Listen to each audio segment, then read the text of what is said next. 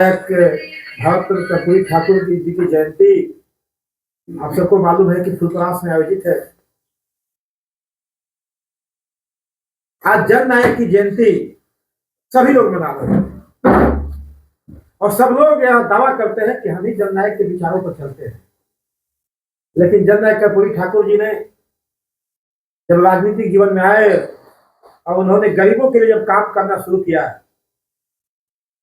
तो इतने विकट परिस्थितियों में काम किए कि लोग उनके माँ को, बहन को, सबको गाली दे रहे थे। याद की जो दौर जिस तरह की सामंतवादी व्यवस्था इस राज्य में थी कि मुख्यमंत्री को भी मुख्यमंत्री नहीं समझा जाता था। कर्पूरी ठाकुर जी मुख्यमंत्री थे, गरीबों के लिए उन्होंने काम करना चालू किया।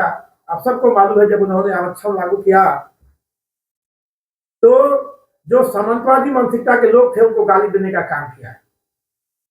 उनके माँ बहन को गाली दिया, उनके पिताजी को पिटाई की।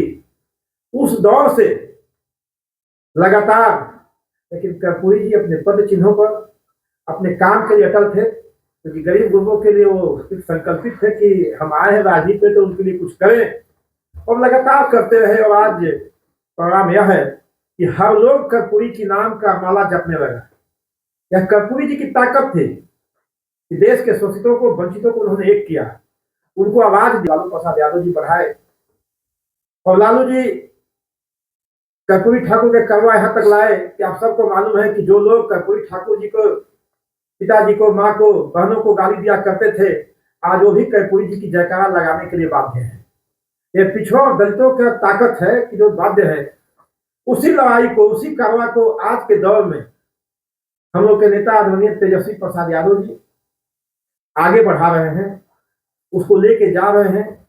और सबको मालूम है कि 17 महीने के अल्प अवधि में उनको काम करने का मौका मिला तो उन्होंने समाज के अंतिम व्यक्ति के लिए काम करने का काम किया। चाहे सरकारी नौकरी का मामला हो, नियोजित शिक्षकों का मामला हो, आंगनबाड़ी का मामला हो, तमली मरकज का मामला, किनके बाल बच्चे काम करते हैं। कोई अमीर के बच्चे नहीं रहते हैं, वो गरीब गुरबा लोग हैं जो मध्यम वर्ग के लोग होते हैं, इनके लिए उन्होंने काम करना शुरू किया।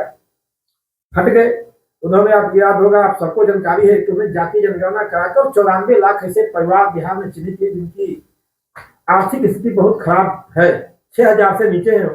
वैसे 94 लाख परिवारों को 2-2 लाख रुपया के लिए उन्होंने इंतजाम करवाया। 35 लाख ऐसा परिवार बिहार में मिला जिनको रहने के लिए घर नहीं, उनके लिए घर का व्यवस्था के लिए 1,40,000 रुपया का व्यवस्था उन्होंने कराया। तो तेजस्वी जी अल्प समय में समाज के अंतिम वर्ग के लिए जो काम किए, और कर्पूरी ठाकुर जी और लालू जी से प्रेरणा लेके उनके करवा को आगे बढ़ा रहे हैं।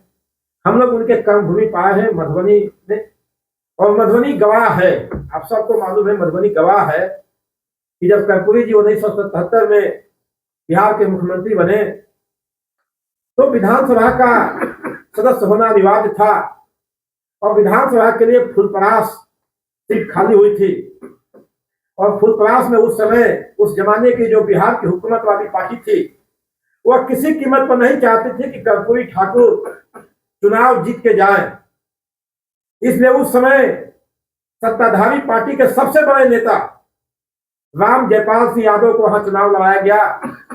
इसलिए लड़ाया गया कि कर्पूरी ठाकुर को, जो समाजवादी विचारधारा के लोग हैं, उनको बटोरा किया जाए, तोड़ा जाए। लेकिन हम बधाई देते हैं मधुबनी के लोगों को, जिन्होंने समाजवाद को जिंदा किया और राम जयपाल सिंह यादव को 68,000 वोटों से हरा के कर्पूरी ठाकुर जी को सदन में भेजने का काम किया।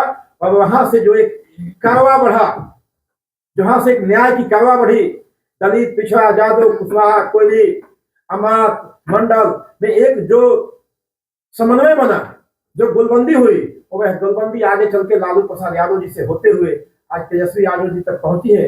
हम लोग चाहते हैं कि फिर यहाँ से एक संकल्प हम लोग लेंगे कि जिस तरह से हम लोग सारे मतभेदों को भुलाकर पिछड़ा सब हम लोग एक हो, क्योंकि आने वाला आज जो महंगाई बढ़ी हुई है, जो बेरोजगारी बढ़ी हुई है, जो भ्रष्टाचार है, इसमें अगर कोई पिस रहा है तो समाज का सबसे अंतिम व्यक्ति पिस रहा है। इसलिए कर्पूरी जी ठाकुर जी भारत रत्न 101वां उनका जयंती समारोह है, उस पर हम लोग संकल्प लेंगे।